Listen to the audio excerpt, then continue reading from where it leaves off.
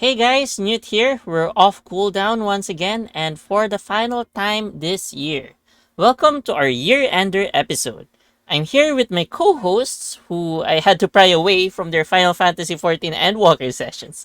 Say hi guys. Hey, Hi.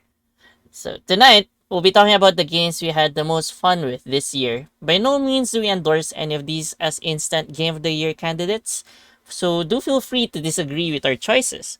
But for us, these games had the biggest impact on us in 2021.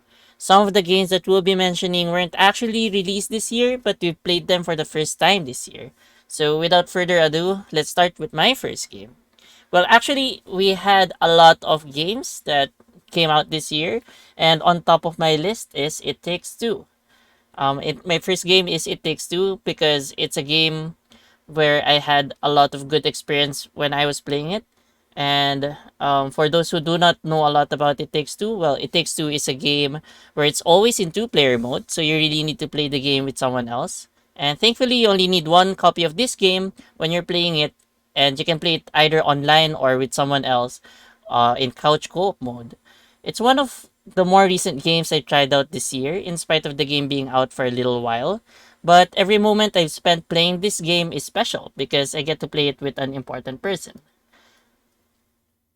And there's something magical about It Takes Two that it eases new players in and somehow makes me more patient about a new player fumbling through the controls. The fact that the game requires a lot of teamwork really adds to the game's experience, in that it makes me more invested in the experience of the person who I'm playing with. It gives me more incentive to teach them the ropes, be more patient with their learning curve, and even be more celebratory when they finally succeed in doing what they need to do, even if it just means going or jumping across a little ledge. Because if you're a new player, it really takes a lot of effort to, just cross a ledge where you don't really know the control. So even those small successes like that, I get more celebratory because I know how much effort it took the player I'm playing with to actually do that. So those kinds of experience were really magical for me. So I'm playing this game with someone who's not really a gamer. There were a lot of times when she struggled with the controls, but I was there to help her figure things out, and the two of us came up with strategies on how to solve the game's puzzles and all that. It Takes Two is a game that really gives two people a unique experience that can really deepen their relationship. But we haven't finished playing the game yet, and it makes me look forward to more sessions in the future. And on top of the game's more experiential features, it's also a game that has very responsive and smooth controls, which really makes it easy for even a total newbie to pick up and play. The puzzles don't really require a lot of gaming experience, so you can count on your partner to figure out the solutions to some of the puzzles. And the game has this ability to reinvent itself multiple times throughout the entire 10-hour playtime, making every minute of the game feel fresh and new. And finally, the game's art style is very fantastic, adding more magic to the experience. If you like games like Yoshi's Woolly World or Crafted World, you definitely enjoy this because the art style is very similar, but in next gen graphics and not in lousy Nintendo Switch graphics. And I can't recommend It Takes Two enough to anyone who has the ability to play this game. Binge this with someone you love during this holiday break, and I promise you that it'll be worth it. So you guys, you too, you should try this out. Even if you're just playing this with your brother, Cow, I assure you it's going to be a really good experience. Okay. So yeah, one of the misconceptions about this game is people think that they should be playing this with an SO, with a significant other. But no, this game is really fun to play even with just a best friend or one of your casual friends online, because the experience is really, it really deepens your relationship with the other person. So yeah, I really do it really recommend. takes two. It really takes two. It takes two. I really recommend it for you guys to try out. when So when you play this, did you play on split screen or in like online multiplayer? yeah, we had the opportunity to play this in split screen, and I don't Mm. know if you can continue playing it in online multiplayer once you've already started it in split screen. Like you Mm. recommend playing it in split screen. Yeah, I would recommend it playing in split screen. The experience is so much better if you're playing this game with someone who's just right beside you.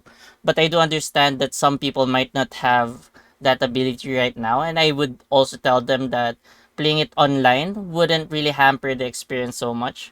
So, especially if you're playing with someone who doesn't really know how to play video games, it's so much better if you're just beside them because you can teach them. Oh, you actually have to hold the analog stick in this direction while you're jumping. Because some people only jump and only move the directional buttons, never the same, never both at the same time. So you have to teach them. Okay, you have to press X button while you're pushing the analog stick up, because yeah, you can do those things if Mm. you're playing in split screen, and so there are limitations if you're playing it online.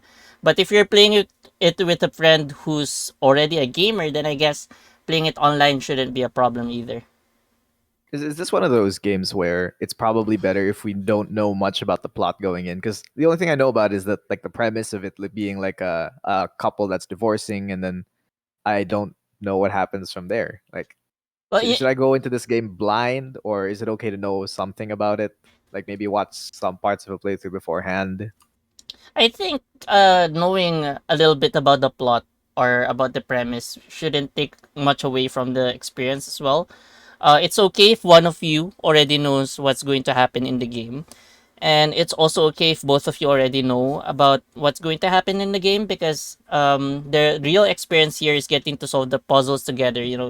There's a lot of multiplayer only puzzles, or like mechanics that can only work if you're playing with another person, that were really well implemented in It Takes Two. And because of that, those kinds of experiences you really can't get when you're playing just single player games, or MMOs or other genres of games. So even if you're just playing this for the game experience, still really worth it, even if you already know or don't care much about the plot. So what about the actual gameplay of it? Because like from what I've seen of it, it's like a puzzler platformer. Am I getting that right? Because Yeah, so uh it controls like your regular 3D platformer, which is very thankfully very responsive and easy to control, easy to understand controls as well. So it's very easy for someone who's playing a video game for the very first time to pick it up and just play with you. And the puzzles it has are very intuitive. You have to think outside the box sometimes, but the game really gives you all of the tools you need to solve all of the problems, and you don't really need a lot of game sense, so to speak, to be able to solve some of the problems. You really just need to think about the problem that you have and the tools that you have and how you're going to use those tools to achieve or to solve your problems. And yeah, it's a puzzle platformer, so you'll have to work with your partner a lot on solving some of the platformer puzzles. Like, to get from one place to another, one of you might have to go first, and then they'll do something on the other side so that you can also pass through an obstacle, things like that. So if you're a fan of those kinds of games, some of the games that I can think of that had similar mechanics is Sackboy, but I'm not sure if you guys have played that since you guys don't have a PS5. If you know Trine is a 2D platformer game. It's usually yeah, multiplayer, right? Hmm. I'm quite Uh, familiar with Trine. so think Trine, but in 3D. So those kinds of puzzles are appearing in It Takes Two. That's the kind of gameplay you get, but with sharper controls and more responsive controls, because Trine has very bad control schemes. Oh, that could be actual, that could be concept idea, content idea we could have here. Since Cal and I haven't played the game, maybe we could like play the game and we could record that. Hey, we can Yeah. play Not It just a Takes video. Two. During this summer break, during this holiday break, I already telling you guys that you should try this out. So I could probably uh get you guys out of Endwalker again one of these days, and so we can play It Takes Two. You can record it or sometime next year probably.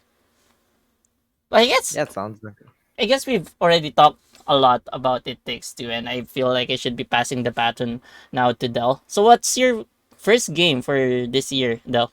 okay. So my pick for the game that I enjoyed playing the most this year did not by any means come out anywhere near this year. But speaking of near, it's Near Automata. I originally played the game last year in September. I had finished the game once, but if you know Near, or by now, like if you have meta knowledge of Near, you know that you have to play the game 3 times to actually get the real ending. Because every playthrough is significantly different from the previous one because you're playing as a totally different character, which gives you a fresh perspective on the same events. And then towards the end of your third playthrough, the whole story just drastically shifts over to something completely new. And yeah, so Nier Automata, give you an overview in case you're not familiar with it. It's a Square Enix and Platinum Games. It's sort of like an action adventure game. Yeah, we can put it that way. It's an action adventure game. It's got some open world elements. It being made by Platinum Games, of course, it has some like really strong points in combat. Like combat feels so fluid. It feels so fresh, and yeah, like overall, I think Nier's biggest draw for me was the story and the way that they told the story through the gameplay mechanics and through the meta mechanics of save data and having to play the game 3 times and the game having like 26 different endings. We've already talked about this previously in an episode because it was part of my game recommendations as well. And I think that you'll find that actually two of my games from this, like two of my favorite games that I want to quote unquote award from this year are both things I've already recommended in the past, but I guess that's just a testament to how much I enjoyed them. Yeah, Nier Automata, it's an action adventure game. It's got some bullet hell elements. It was written and I think directed by Yoko Taro. If you're not familiar with him, well, he makes stuff that are kind of sad and make you question things that he Existence. asks a lot of hard questions about existence and humanity, and it's no different here in Nier Automata. He tells a very powerful and compelling story, and it makes good use of the gameplay to tie in that, and it makes good use of the characterization, and I just think that it's really really good at what it does. Like it feels like Yoko Taro had a very specific vision, and he was able to really push forward, and it was realized in Nier Automata. Like, have you guys had any experience with Nier? Yeah, Nier Automata is actually my 2017 personal game of the year. It was really great. I was super surprised the first time, like the camera panned in from the usual action combat camera, and then suddenly it's a platformer, and suddenly it's a bullet hell simulator. So it was really surprising and really refreshing. I also enjoyed the story a lot. I've only finished it once though because I only borrowed the copy, so I haven't finished like all the other endings yet. But I was also very surprised about how they told the story through the mechanics. Like I remember there's a something in your inventory that when you remove it you like explode. Yeah, yeah. And I was like, oh, that's one of the endings. I see. So it's like there's also like HUD elements that are tied to what you equip into your Android. So it's kind of pretty cool. Yeah, on that note, like there's actually a way to play the game without like a complete HUD, because if you want to add more the space where you can add upgrades, it's shared with your HUD, so you can take out your HUD elements to instead have more damage or a different kind of dodge or something like that. So it just felt really flavorful overall. Like you really did feel like, and I don't really like to use the term, but yeah, you really did feel that you were playing as 2B, as the characters, and more on the characters. Like I didn't expect to like them as much as I did. I thought from a lot of the promotional material and like the opening few minutes of the game, like one of them, like 9S seemed kind of annoying, and 2B seemed kind of stale. She seemed kind of flat at first because of Mm. she was like just sort of like this unflinching do your work sort of thing. But then as the story progresses, they find new and interesting ways to show you all the little bits and pieces of what makes up the characters. And I feel like the characters themselves are some of the strongest point, on top of like the overarching story and themes of humanity and what makes us human. Yeah, I just really feel like Nier is to me far more of a like it's a really big experience that I feel like not a lot of games have captured for me in recent history, especially not this year. But then I haven't had the chance to play too many games that came out this year, so I would it's my top, it's my award for the game that I played this year, and it's also another top recommend. I've already recommended before, but I'll do it again. Play Nier Automata if you can. All right. Actually, you guys So haven't talked about one aspect of Nier Automata that I can actually, I haven't played Nier Automata, but I can relate to this one aspect of the game that's really cool. The The soundtrack. music, Yeah, yeah. the music. some So, music. Well, Keiichi Okabe always makes great music for the Nier series so far. Like I've uh part of my top 5 songs this year was actually on Spotify from the Spotify Wrapped. Well, one of them was actually from the Nier soundtrack. It was Shadow Lord from, I think it was Nier. I don't remember if it's Gestalt or Nier. Forgot the name of the other one, but yeah. There are three near games now, right? I haven't Yeah, played the the I actually haven't played any of the near games, but from what I've heard, all of the soundtracks are fantastic. I've been listening when I was in high school. I didn't have a PS3, but I was listening to the original near soundtrack, even though I haven't played the game because it was just fantastical. I just remember searching on YouTube before because I was an edgy kid. Best top 10 video game soundtracks ever, gloomy thing, sad, emo, things like that. Nice Those are the SEO. keywords. And one of the songs from the original Nier came out, and from there on I really had an impression that the music from Nier games were really amazing. And it stays true up till today. Sometimes when I need to work, I just search up near soundtrack on YouTube and I listen to that while I'm working. It really gets me into the groove. And yeah, one of the things I really love about Nier, in spite of not ever having played it, is its music. And probably during this holiday break, I'll probably pick it up. But it's one of those games that has perennially been in my backlog to do list that I've never had the opportunity to play because it's been out for a long while and your priority sometimes to play the more recent games that have come out. But yeah, I'll probably try it out during this holiday break. If not, you might have to Final Fantasy 14 and Walker, because you guys, I also promised you guys that I'll be trying out Final Fantasy 14 again this holiday. We'll see. There are a lot if of game recommendations out there that, yeah, you if know. you're planning on playing Automata, you're gonna have to set aside quite a bit of time, and Yeah. then a little bit of time. Like my first playthrough, I think took me about 23 hours total, and I had skipped a lot of the side quests even then. I didn't like go guns blazing and finish like the just go straight down like through only through the main quests. I had done a lot of side stuff and a lot of exploration too. But yeah, my first playthrough was something like 23 hours, I think, or maybe more than that. I think it was either 23 or 33. Like that's a big difference, I know, but I don't Mm. remember which one it was. And then my second playthrough was still another 20 something, I think. And then my third playthrough was the same thing. So, it takes quite a bit of time. And on top of that, it also takes some time to cool down between the playthroughs because near Automata, I don't not too sure about the other new games. Automata is a pretty emotional game. It has some very well made and well placed emotional highs and emotional lows. I had to take a break for about a week before I tried picking the game up again for my second playthrough. So, you know, there's that. You got to take that into account too. Man. Yeah, I agree. It's definitely like kind of emotionally exhausting. I remember taking breaks every few hours when I was playing that game. It's like, oh, I just have to stop and process everything that happened.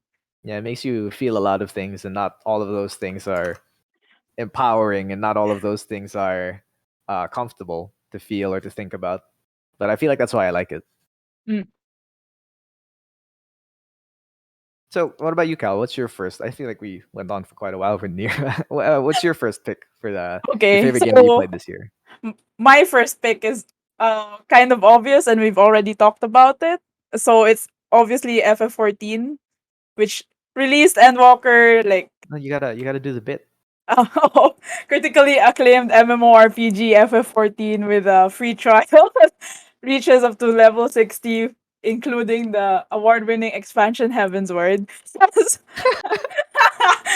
Just released Endwalker this Friday. So I have been a sleep deprived mess because I have been playing it until 7 a.m. for the past 2 days.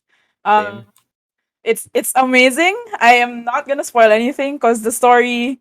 This is like the culmination of every past expansion since A Realm Reborn. So it's kind of a like the Avengers assemble moment for FF14. Everyone's here. The gang's all here. So it's been amazing. I'm not actually that far into the MSQ yet. I think I've been left behind by my friends. Also because the login queue has been atrocious. Well, I I sat mean, in at the least 4K queue once. they're giving us some compensation for that, right? At least we have that going Yeah. for us. Everyone gets a free 7-day extension of their current subscription. So that's nice. I'm actually not that angry because like it's fine. I expected queues to be really long. They're usually kind of long whenever there's a big patch, but it's an I didn't expansion think drop. I didn't think I've ever had the queues be this long though. Like being I, locked I out. I like just today. I think it was around a little bit past noon, maybe 1 p.m. I started to try logging in, and I got in by around 3. Yeah. I sat in like a 2-hour queue the other day also. It's quite unprecedented. I mean, even Square Enix already said this is like the largest uh, activity they've ever experienced. And I guess the chip shortage also, so they couldn't get new servers. I mean, I was kind of expecting this, so like I prepared my days to make sure I was also available to do other things while I was stuck in queue. So I've been playing some other games while waiting, which I'll Yeah, I mean, probably I'm mention actually pretty later. worried because like when you do get in, right, you don't ever want to leave because Because it's so hard to get back in. But yeah, yeah. So you just gotta find something to do while you're in there, even if you yeah, have some other responsibilities. Like I'm actually in FF14 literally right now. I'm grinding some overworld content while we're doing this episode, just so I don't get locked out. I'm actually in queue right now. There's still 400 people in front of me. So maybe when we're done, I'll be in. Anyway, so yeah, FF14 has been amazing. I played more of it last year because this year was a bit more busy for me personally, but it's been really great. I got my second Savage tier clear, so that's pretty nice. When I started FF14, I never thought I would get into Savage. I've been like, okay, I'm just gonna play this for fun, for the story. It's another FF, but surprisingly, raids have been really great. I find, like I don't play sports anymore, but it's like the closest thing you have right now since there is a pandemic. Digital sports. Yeah, basically, it's digital sports without the toxicity of rank Q. But yeah, so what else? It's been really good so far. As far as I've gone into the MSQ for Endwalker, there are a lot of new mechanics and ways they tell stories. So it's not like the usual MMO experience we've had before, where you just go to an NPC and then walk to the next NPC and then you just talk, then read some text. So there's a But lot of new stuff going on. yeah, and you haven't done like I'm a bit further up ahead compared to you. Like I've done the first major trial, and I've done the dungeon, like the third dungeon already. So like uh there are a lot of new mechanics even in terms of what you're fighting in boss fights. Like Mm. uh there's a bit more creativity with how they're displaying some mechanics instead of the ground markers and stuff like that. There's some new stuff that require you to look in places that we don't normally look when we raid. So Oh no, that's pretty interesting. I have to turn my camera around. Okay.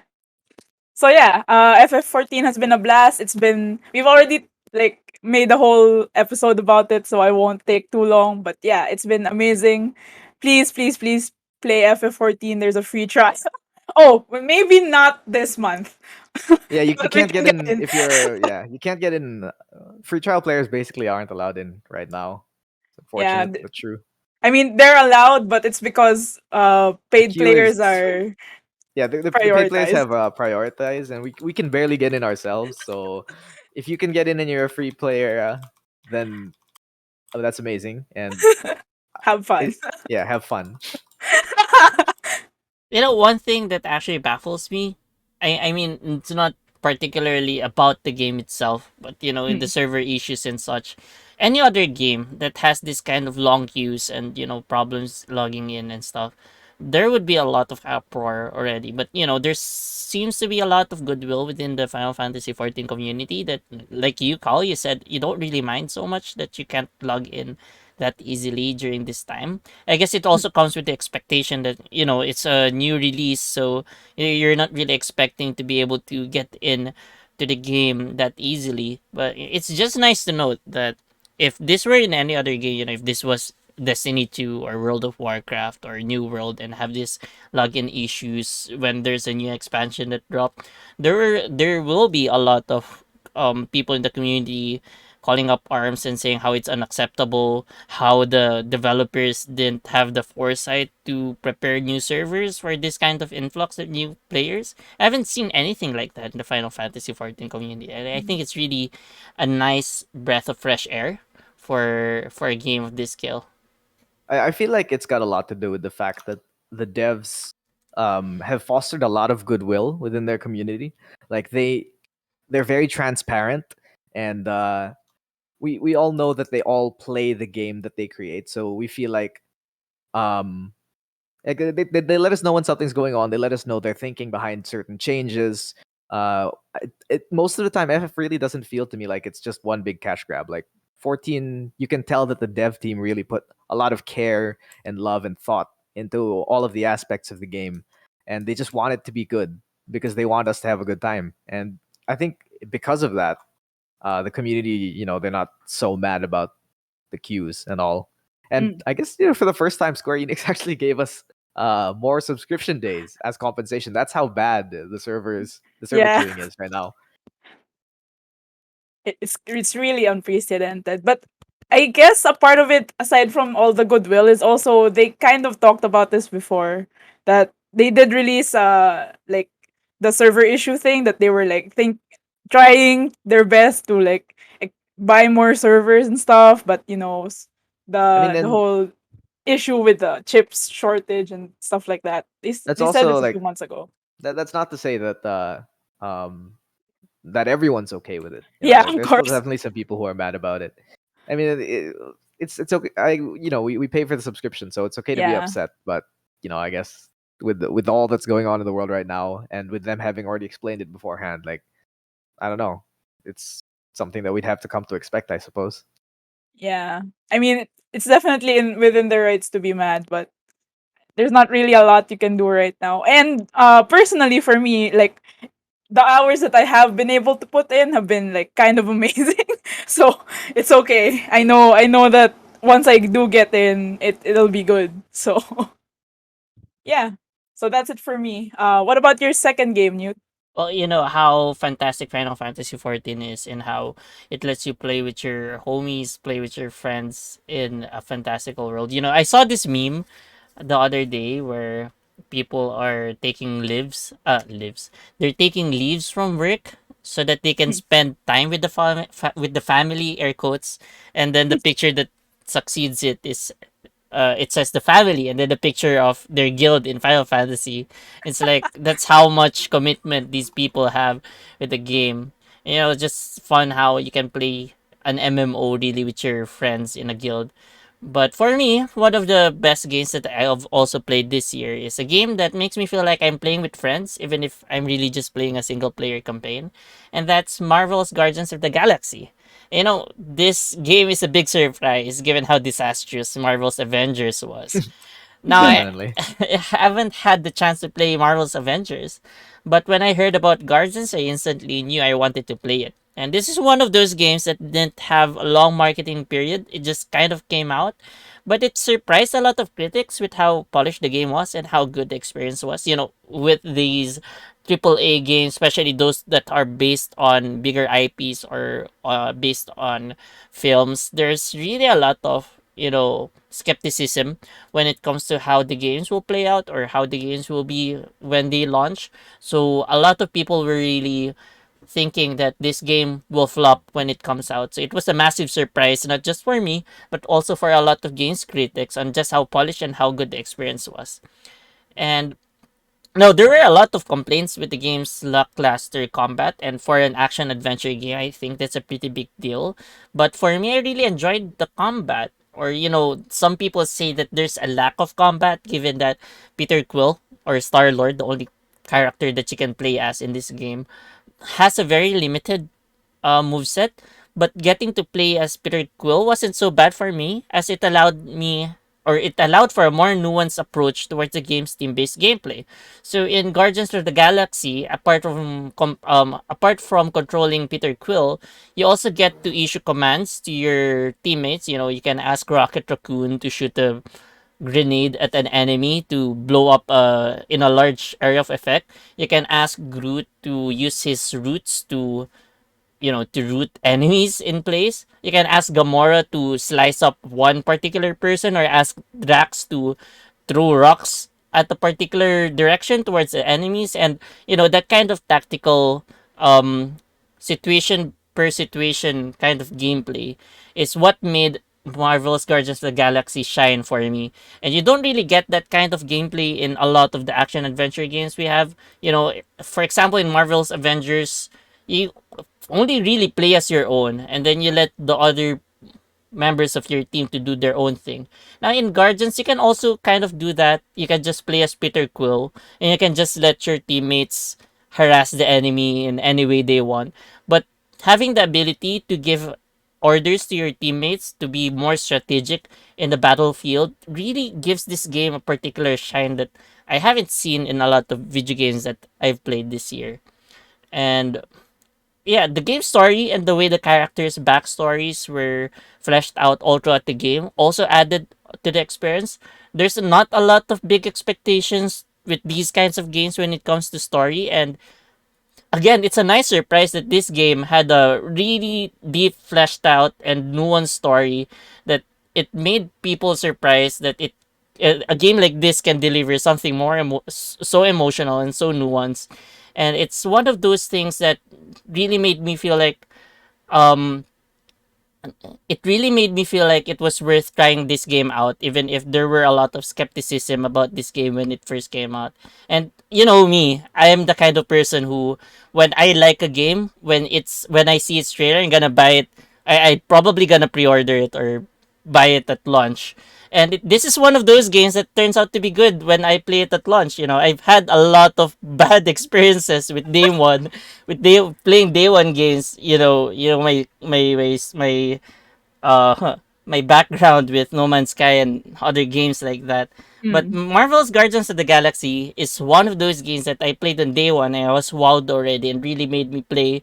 You know, I missed a couple of articles in Clutch Points because of this game. And I didn't even review this for Clutch Points. You know, it's one of those games that I really set my mind on that okay, this game I'm going to be playing for fun. I'm not gonna be playing this so that I could review it and write a review about it. And it was for me, you know, a personal decision that really worked out well for me, but probably could have gotten me more views if I did actually write a review for it.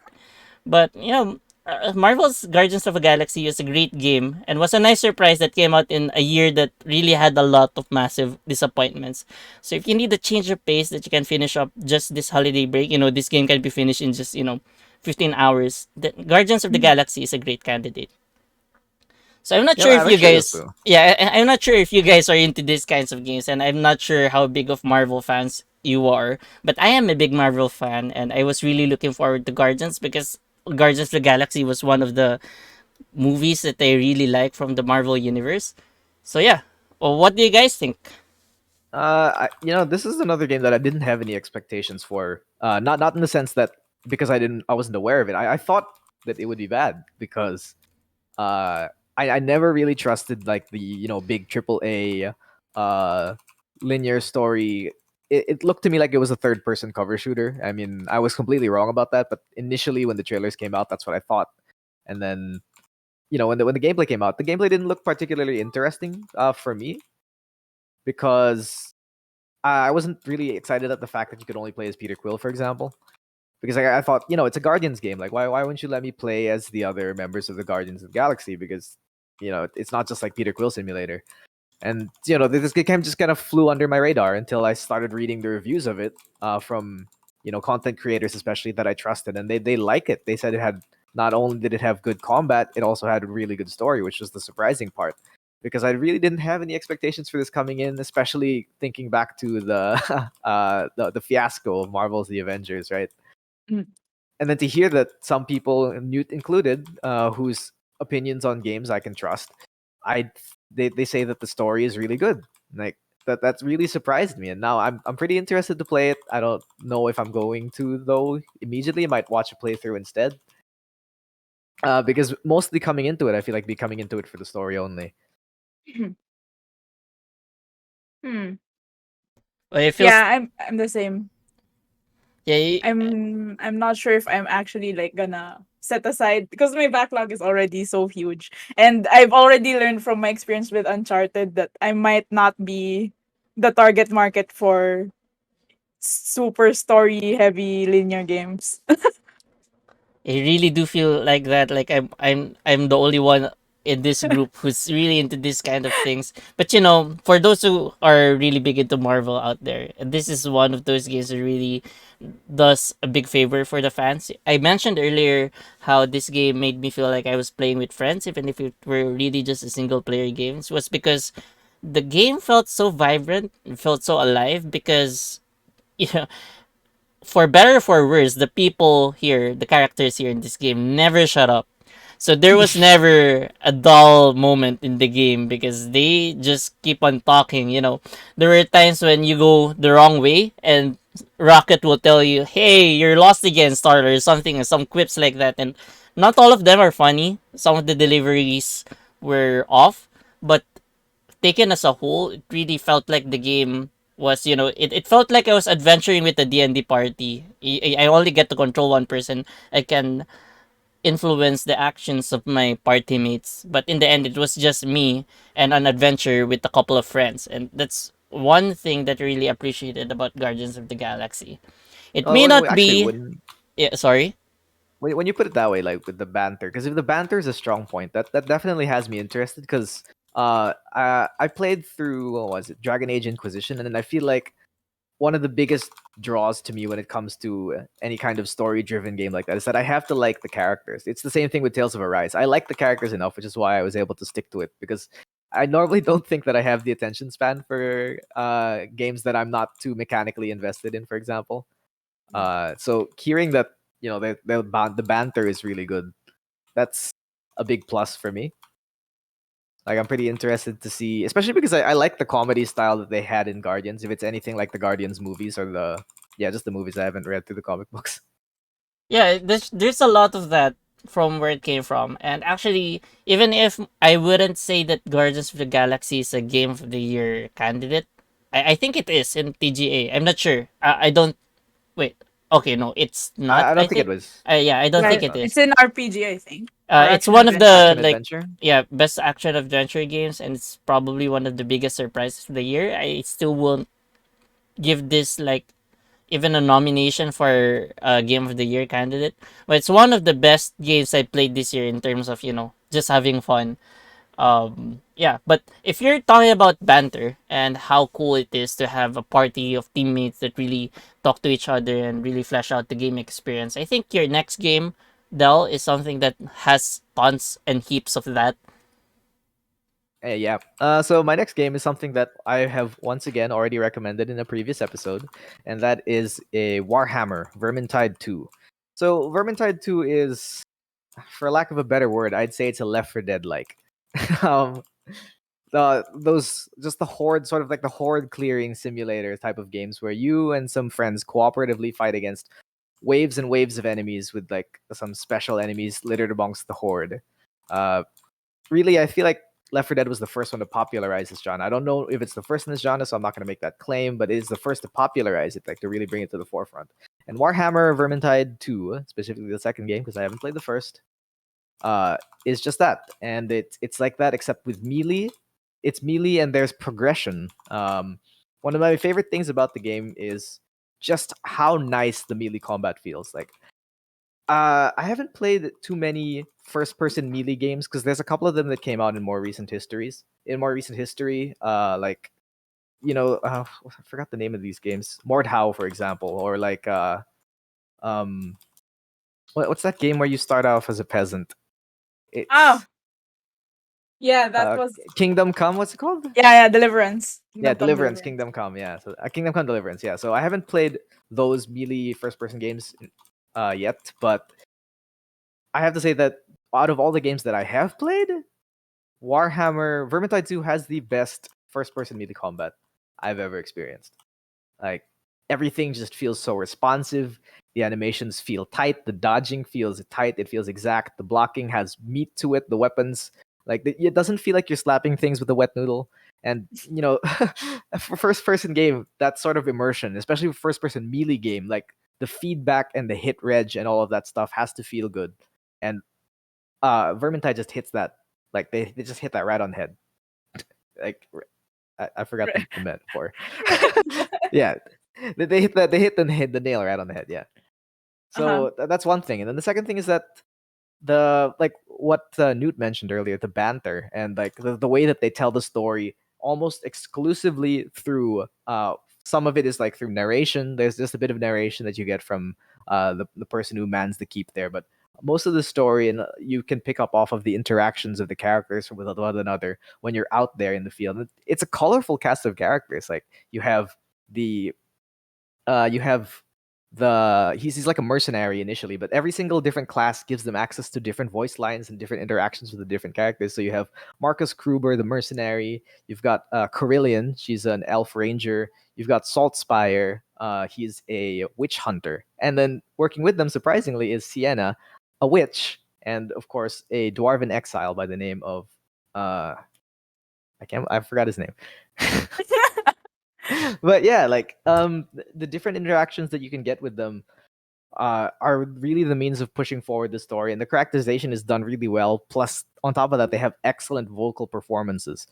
And the game, even if you just play similar quests over and over, if you don't have the DLC, for example, you can still access the levels if your friends have the DLC.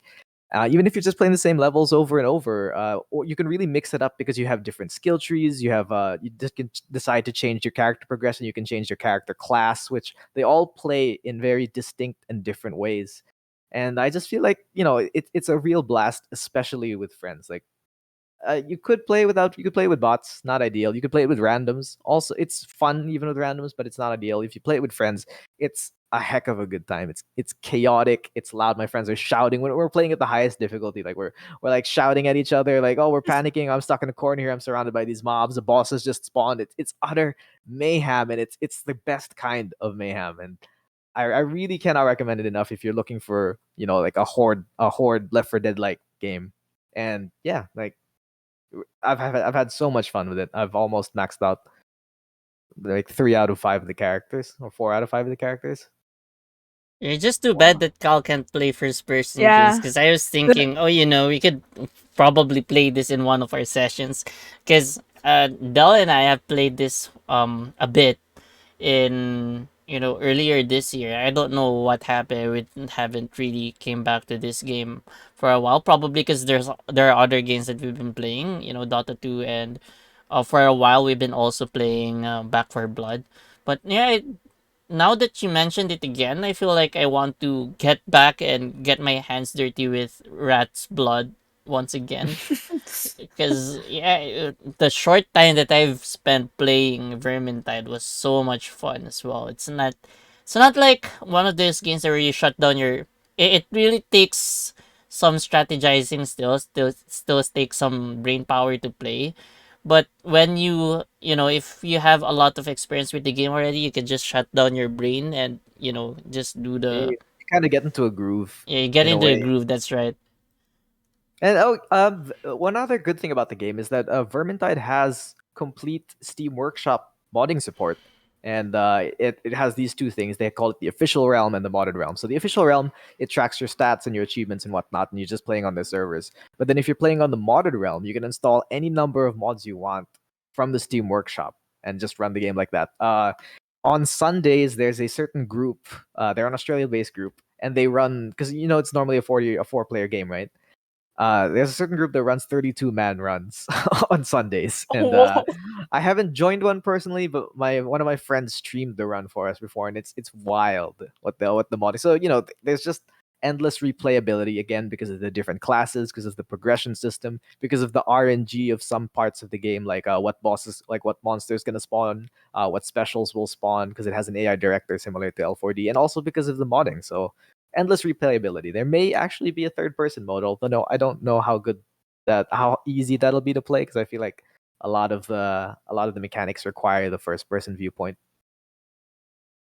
Oh, and their latest update was a roguelike sort of like a roguelite sort of game mode where you go on an expedition into the chaos wastes and fight off against hordes of enemies blessed by the chaos gods. And you get random pickups that give you random power-ups for your weapons and random abilities and stuff like that. So again, endless replayability with friends. So much fun. Would really recommend.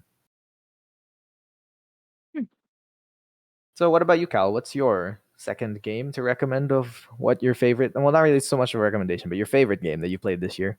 Okay, so my second favorite game this year is a game I've been waiting ages to play, and it's the reason I got a Switch. So I finally got my Switch this year, and I finally played Fire Emblem.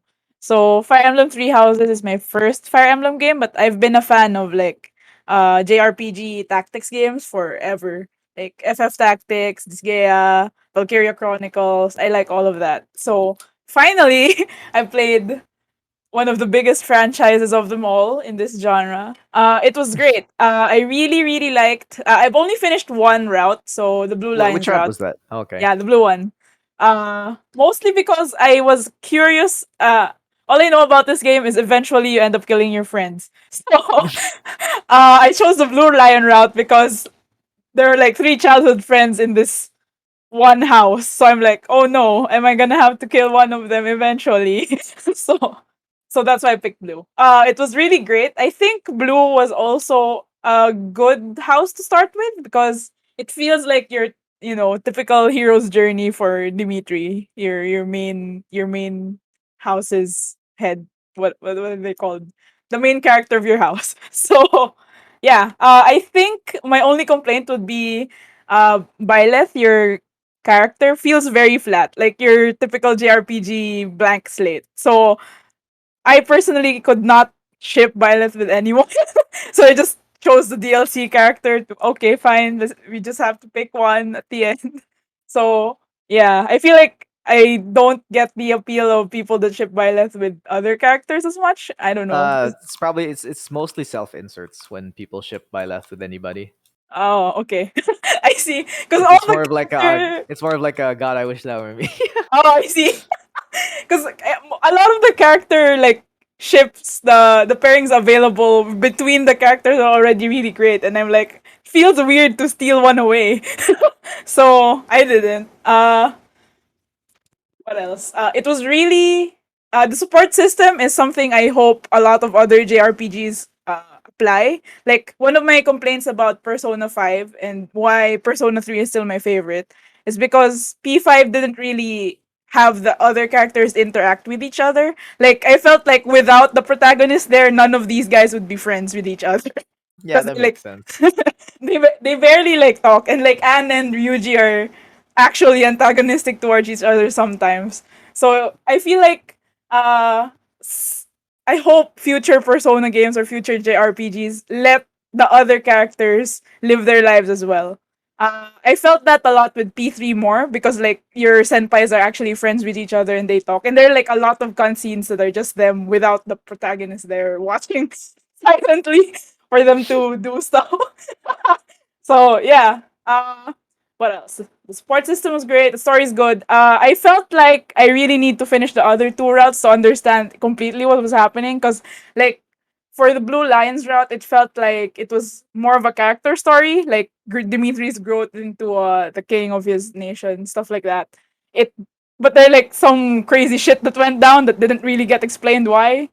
So I hope I'm gonna play Black Eagles next because they Ooh, went my through favorite. some crazy stuff and I wanna know why. Like what happened? Why did Edelgard do what she did? So yeah. I'm kind of excited. I'm gonna play this during the holidays because I won't be home and I won't be able to play Handwalker. So I'll play on my Switch. Yeah.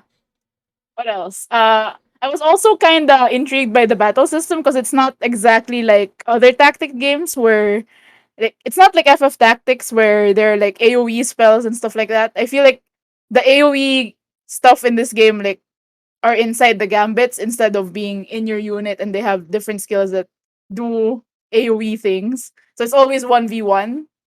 Uh, that took a while for me to like grasp, but it was fun once I got it. What else? I do wish the presentation was a bit better though. Like, I don't know if this is like the limitations of the Switch, but there are like some areas that look very leave much to be desired. So yeah, but in general, the writing was great, the characters were great, and I can't wait to play the other two routes. Yeah, this is one Yeah, of so those games that have multiple endings, but I really just finished one, and I don't really feel like it's one of those games that were really good when I was playing it, but I didn't really feel like excited to go back to it after finishing it. I only finished the yellow route, Cal, for your Mm. reference. And after that, I didn't even pick up the DLC, and I haven't gotten back to the game ever since. But I think as soon as you finish playing Three Houses, I'll get back to it because you're playing with my copy. I Yeah. can't get back to it until you finish it again. I actually bought the DLC without owning the actual game. But yeah, it's one of those games that are really fun. You really want to know what happens in the other routes. But for me, after finishing one route and realizing how much time I spent with this single game, I was like, okay, I'll just Google the other endings and Oh no. because it's also one of those games that have very different endings. Yeah, depending on your choices. Depending on your choices, some of the characters have entirely different endings. So there's an overarching ending for the entire house or for the entire playthrough, but each particular character also have their own endings, and who they will end up with, how will they spend the rest of their lives. All of those things have different outcomes depending on how you played with them during the game, and you really can't get all of them. I think even in a single lifetime you can't get all of them, all of the combinations. So I was really just content with just finishing one route and then just going to a wikia to find out what happened to the rest. But whenever I want tactics, a tactics, what do you call this? Tactics Zero. fix. There's Mhm. always just three games that I go back to. It's either Final Fantasy Tactics War of the Lions, one of the Fire Emblem games, which in this case is Three Houses, and Advance Wars. And since Advance Wars is going to get a remake pretty soon, I don't see myself going back into Fire Emblem, but probably after finishing Advance Wars, I might have cravings for more Fire Emblem, and I might get back to this. So, Cal, please do finish the other three routes during this break, Okay. so that So I can get back to finishing. This is noted. I'm a Yeah. fan of Fire Emblem. I started playing in Awakening, and uh, yeah, what really drew me towards Fire Emblem in the first place was the support system and the fact that the characters had permadeath. It wasn't to say that I wanted them to die. It was just that there was that added element of being emotionally invested in the characters and Mm. being able to set them up the way you want them to, whether which class and which pairing, and then there's a chance of them dying. And I felt that really invested me into the game. So I also played Three Houses, Black Eagle's Route. Same thing with you guys. I have not played any of the other two. I watched playthroughs instead. Uh, that's because I felt pretty tired after playing through the first route. Similarly with what Newt said, like first it consumes quite a bit of time, and secondly, I have too much FOMO to play Three Houses. There's too much I have to decide between. Like it used to be that before, I make the setup, the support setups, then they have kids. But now I have to pick three different routes, and then it basically determines who lives, who dies, and then you can't save them all. And one of the when you get really invested in the characters, and suddenly you see like these two best friends. Like for example, in my run, I had Marianne and Hilda go up against each other in the Oh battlefield at one no. point, and that was just painful to see. And so it was tiring.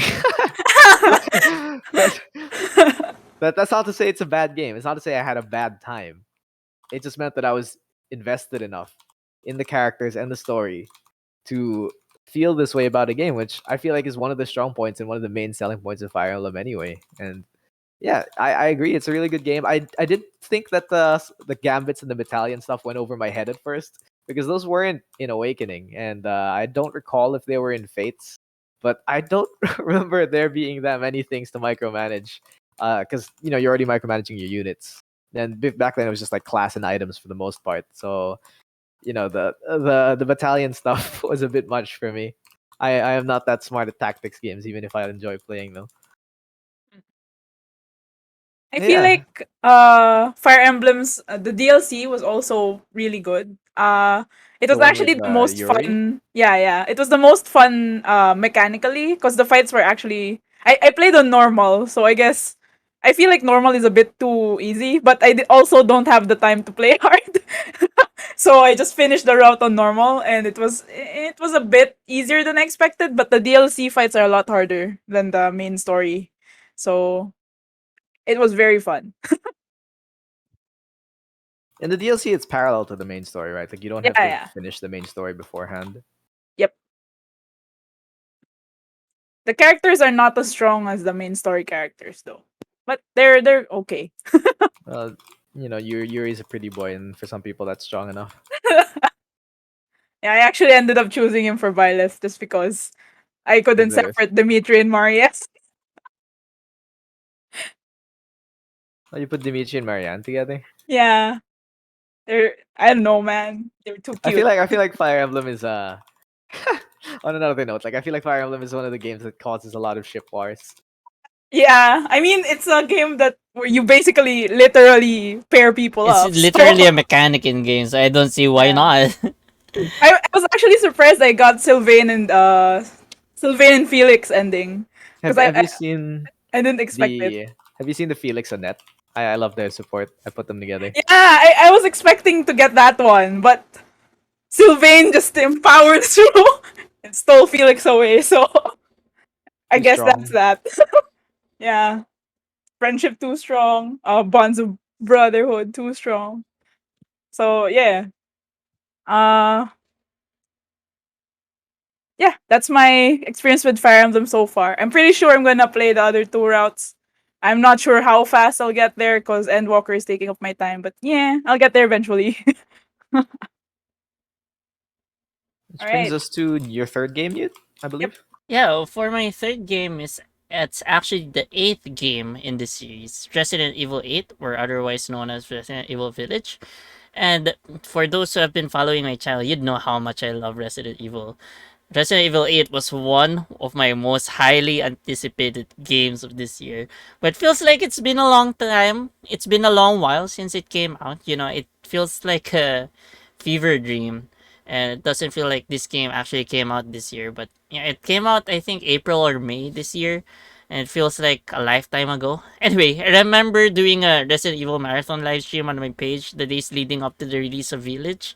And I remember just how hyped I was about this game. And when I got my hands on this game, it really just felt right. It felt like everything that I expected out of it was there.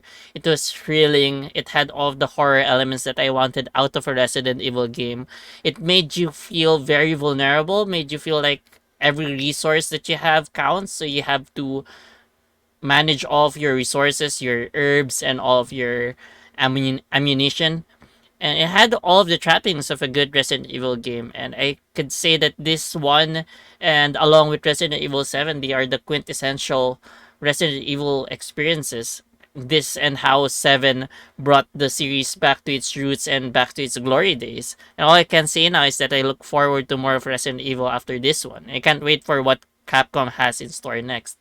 And if I were forced to choose a game nominated in TGA to be chosen as the game of the year, it would be a really close fight between Resident Evil 8 and It Takes Two. And I believe both of them are nominated. I'm not sure. One of them's nominated at the very least. So whoever's nominated, that'll be my pick.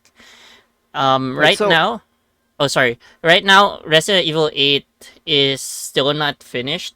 Capcom promised us that they'll be bringing in more DLCs in the near future.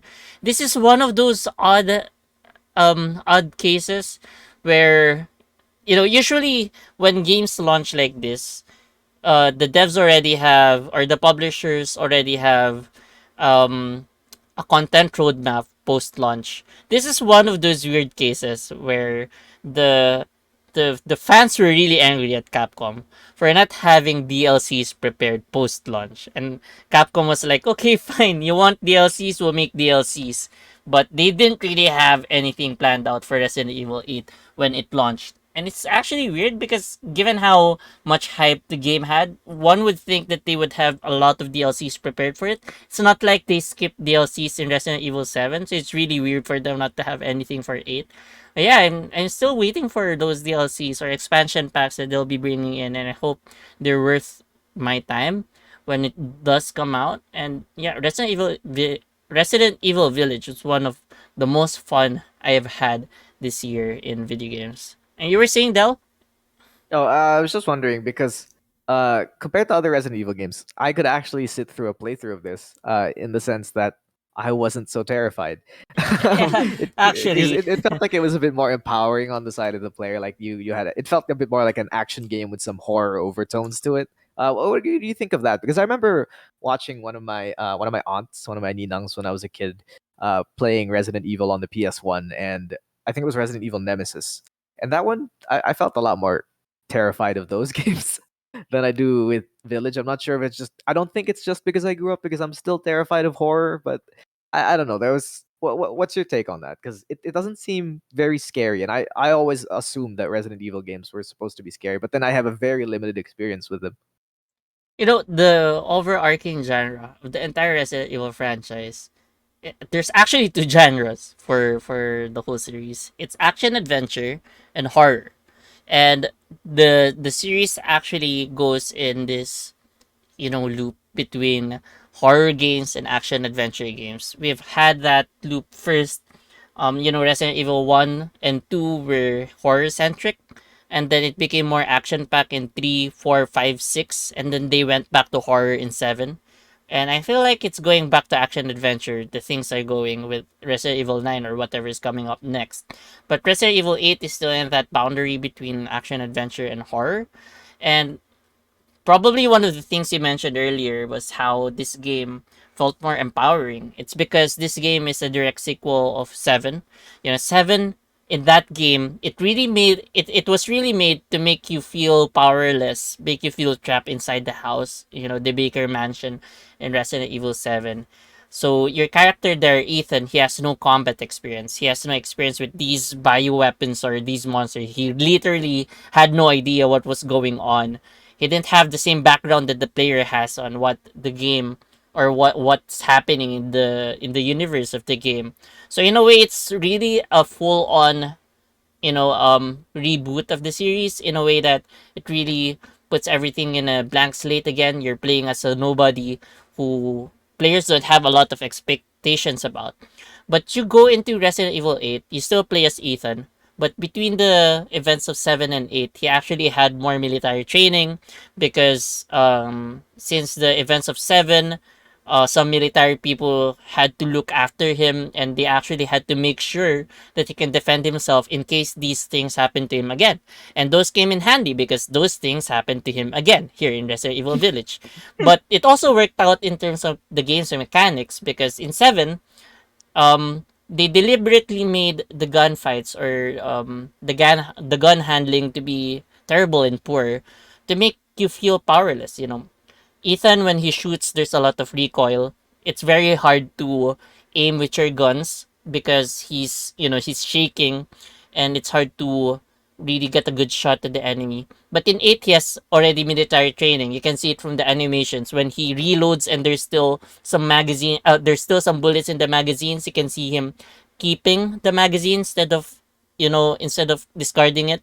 There are those kinds of details, and he is so much better in hand-to-hand combat in Resident Evil 8, and his gun handling is so much improved that he doesn't recoil so much and he aims down sights much faster.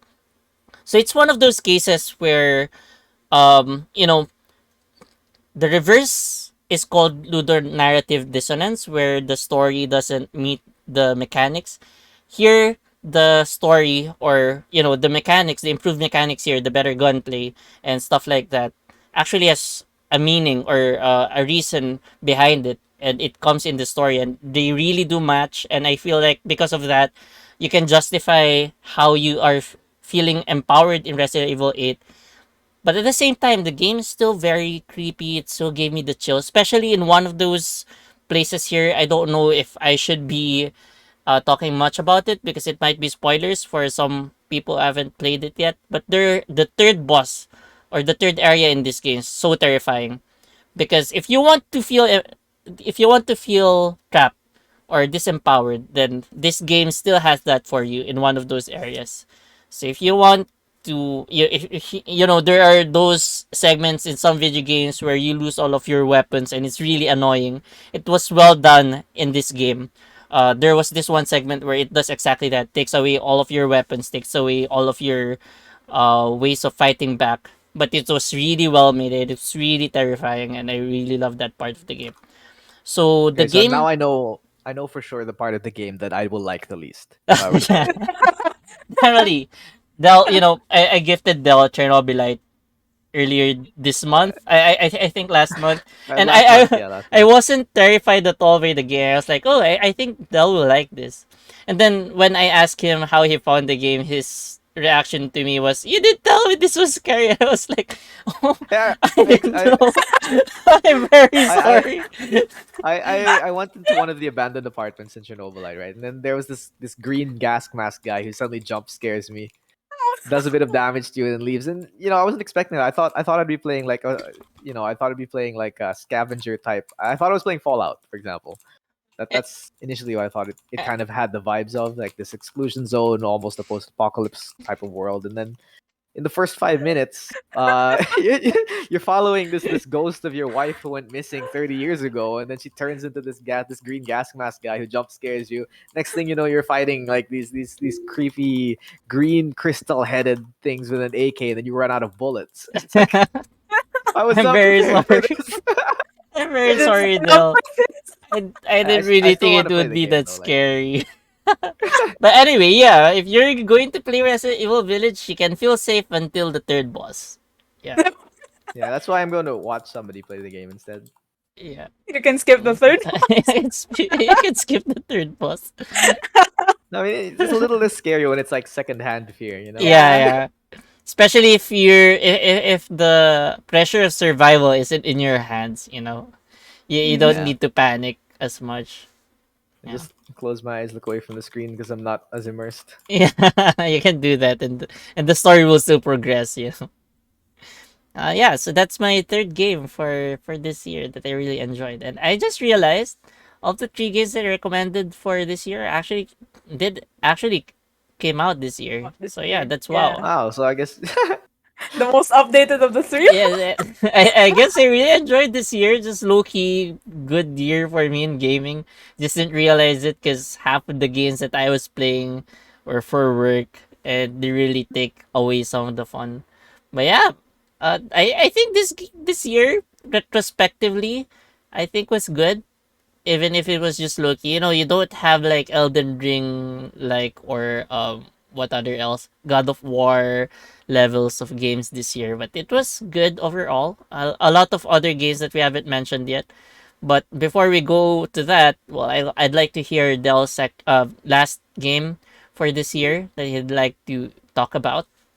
so. My last game for the year is actually a game that, if I'm not mistaken, came out this year, and that's Monster Hunter Rise.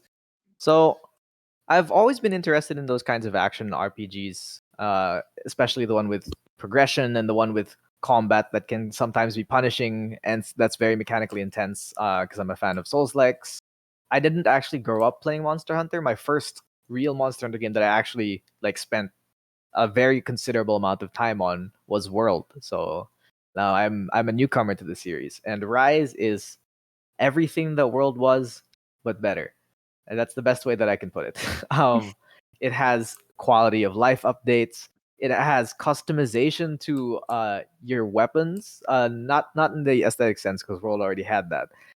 What it has is like the addition of these switch skills that let you change up your playstyle. Like, I wasn't much of a Switch Axe player before, but when Rise came along and they gave me access to these Switch skills, which allow me to change the way that I played, I mained Switch Axe after I had finished playing a lot of Charge Blade already, because that's kind of the weapon that I always go to. And it's a Monster Hunter game. You know what to expect. It's grindy. It's about fighting monsters and learning their patterns and doing these move sets, and it's a blast. I have not even had the chance to play it proper like 4-player multiplayer with friends because on the Switch, most of the friends that I played Monster Hunter World with are waiting for Rise on the PC, which is coming out next year. And I just played with one of my friends, occasionally with my brother. So there were like 3 different friends that I played with, but we always only did duos.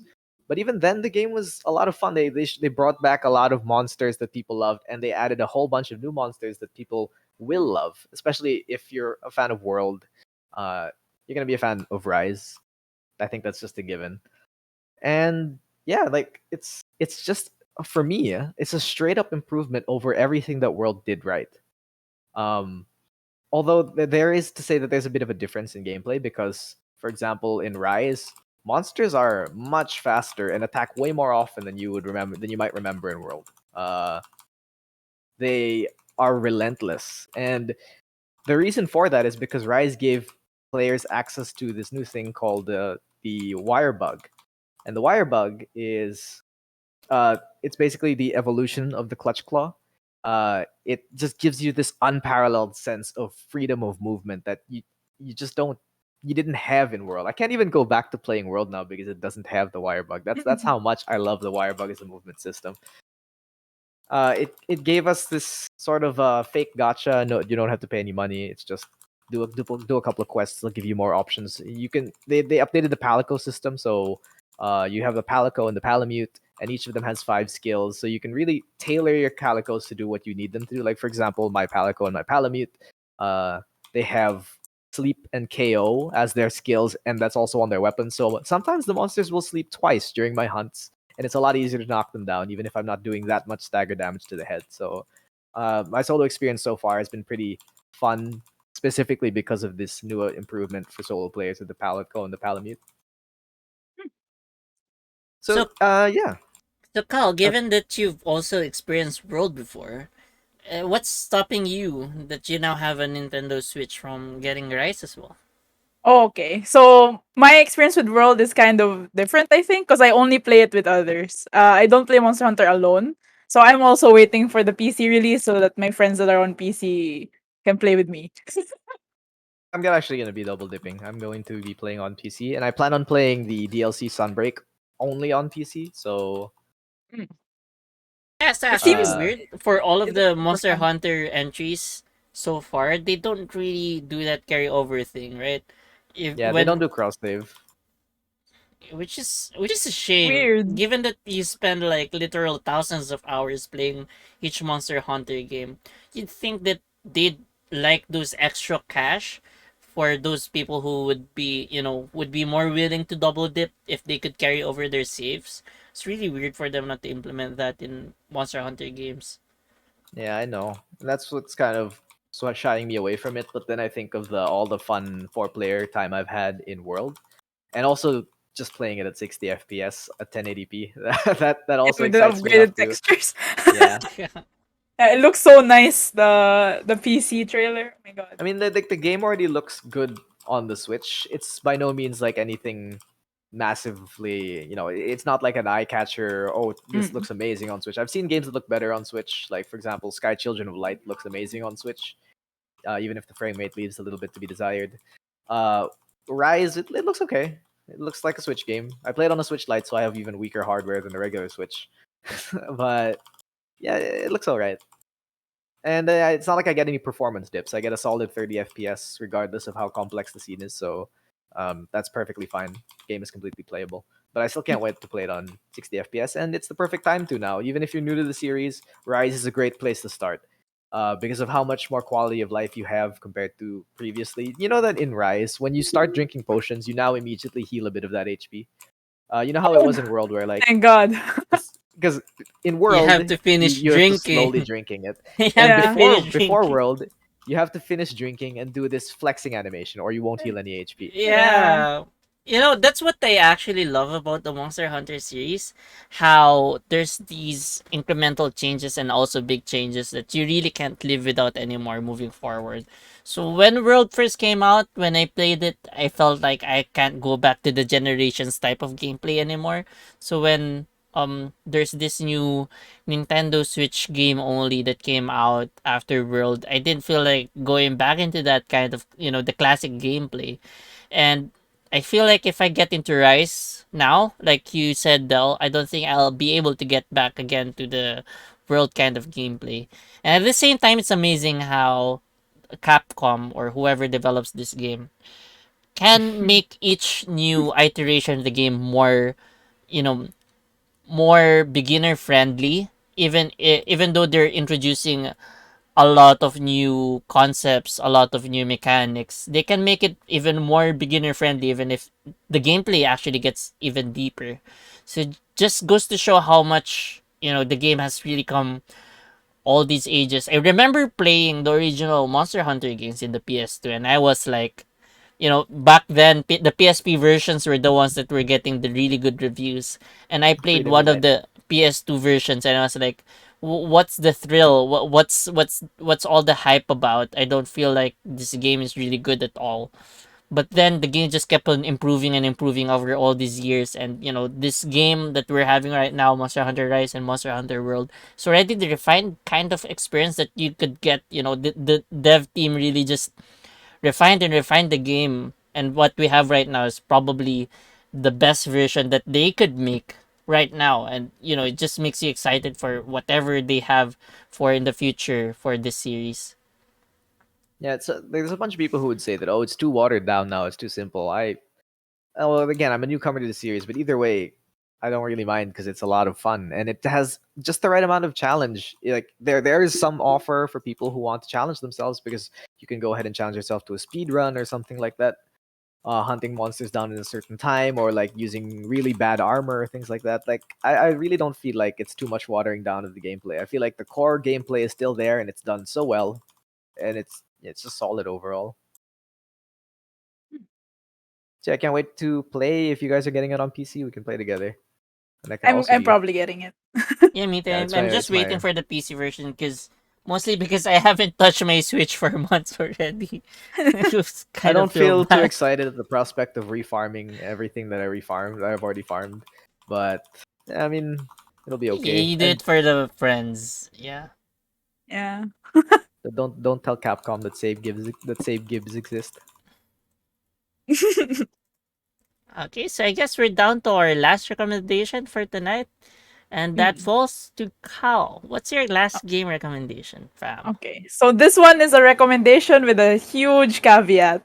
My third and last one is Genshin Impact. So everyone has been talking about this game since it came out last year, and it's just everywhere. It's like every other YouTube ad is a Genshin Impact ad. It's on Facebook, it's on Twitter. There's so many good fan arts about it.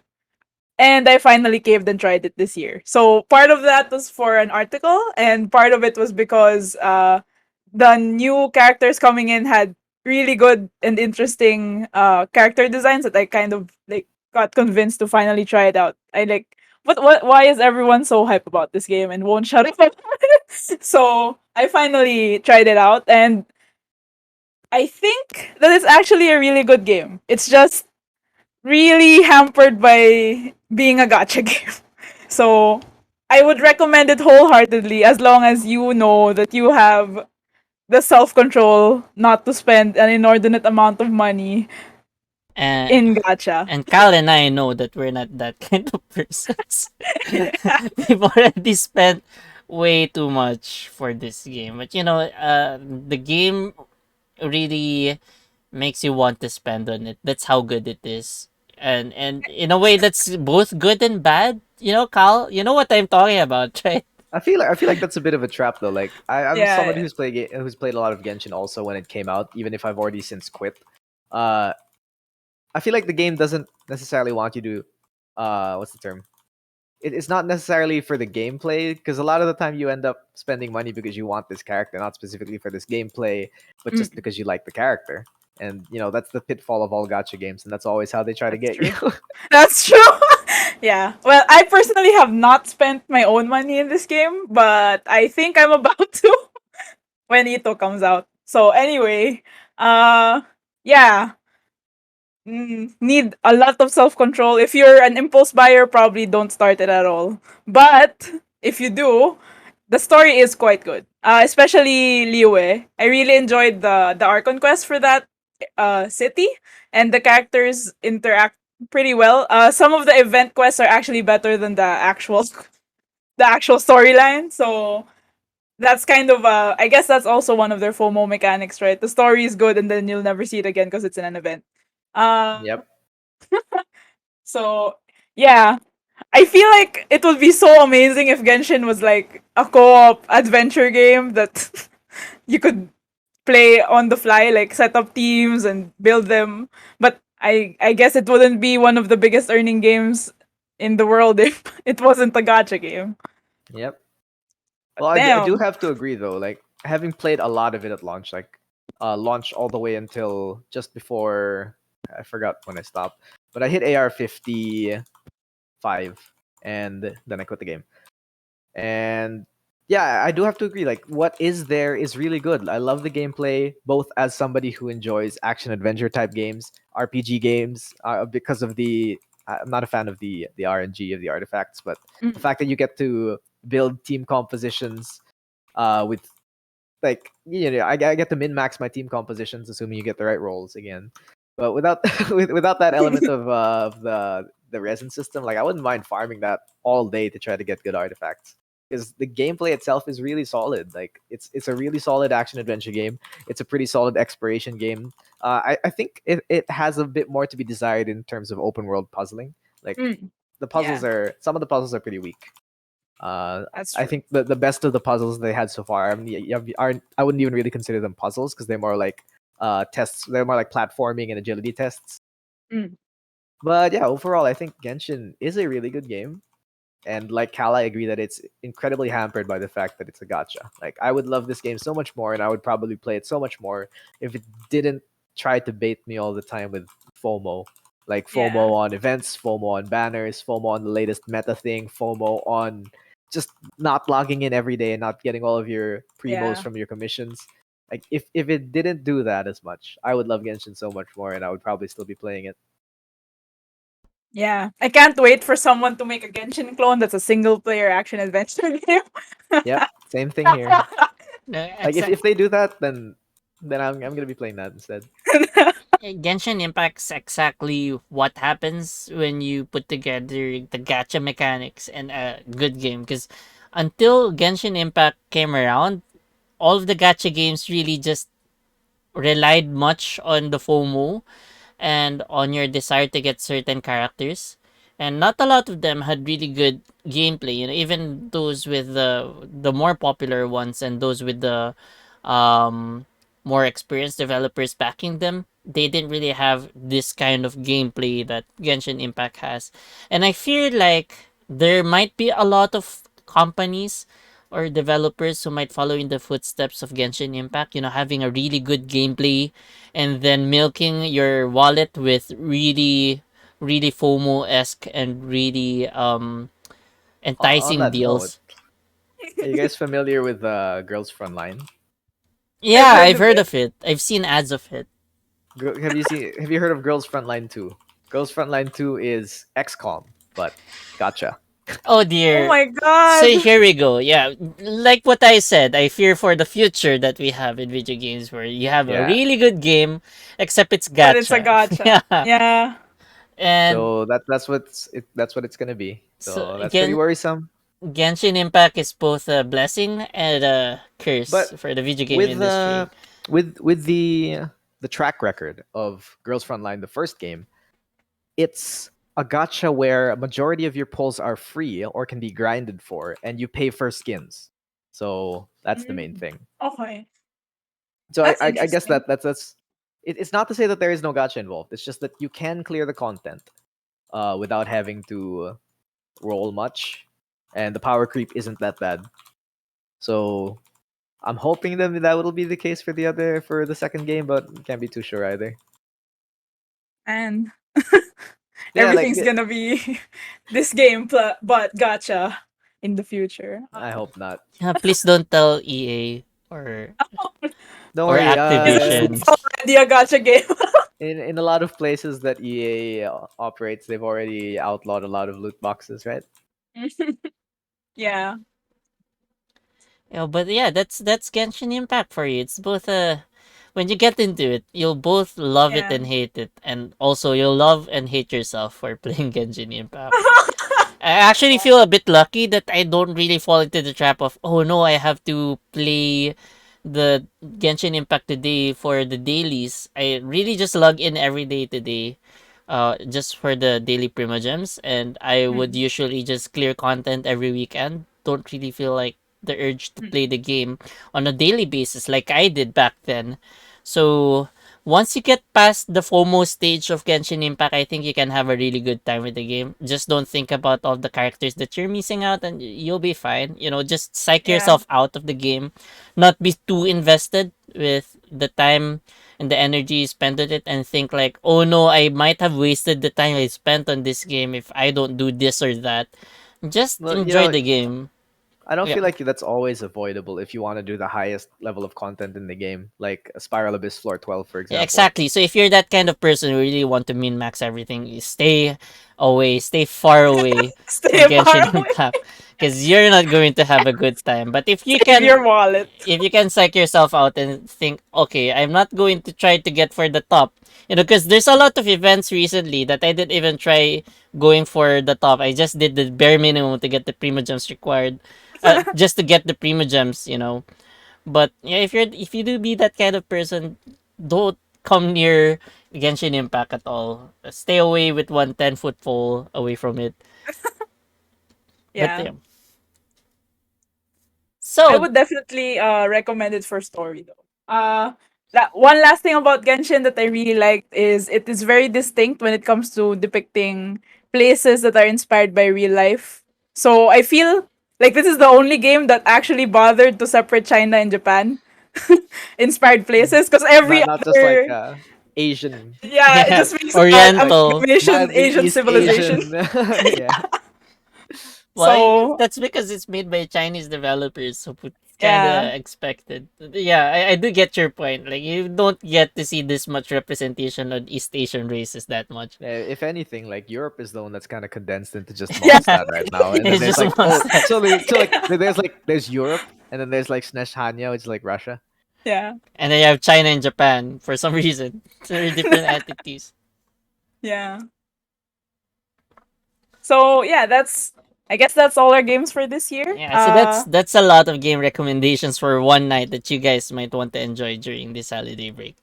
So again, this is our last episode for the year. We'll see you back again this January. We have a lot of new ideas that we'd like to try out with Off Cooldown that we hope you guys would enjoy. So that be it for this episode and for this year, and I'll let my co-hosts get back to Endwalker. You've been hearing Dell typing down his keyboard and doing some. Well, you can hear me like, oh, Yeah, we can oops. hear everything, Del. We can hear your mouse clicks and your keyboard tapping. So yeah, I'm going to let you go back to your games, guys, and play mm, Endwalker to your heart's content before you go to your vacation places and not be able to play the game you love. So it's been Newt again, and we'll see you again next season. happy holidays. Happy And holidays, everyone. See you next year. stay frosty, guys. See you next year.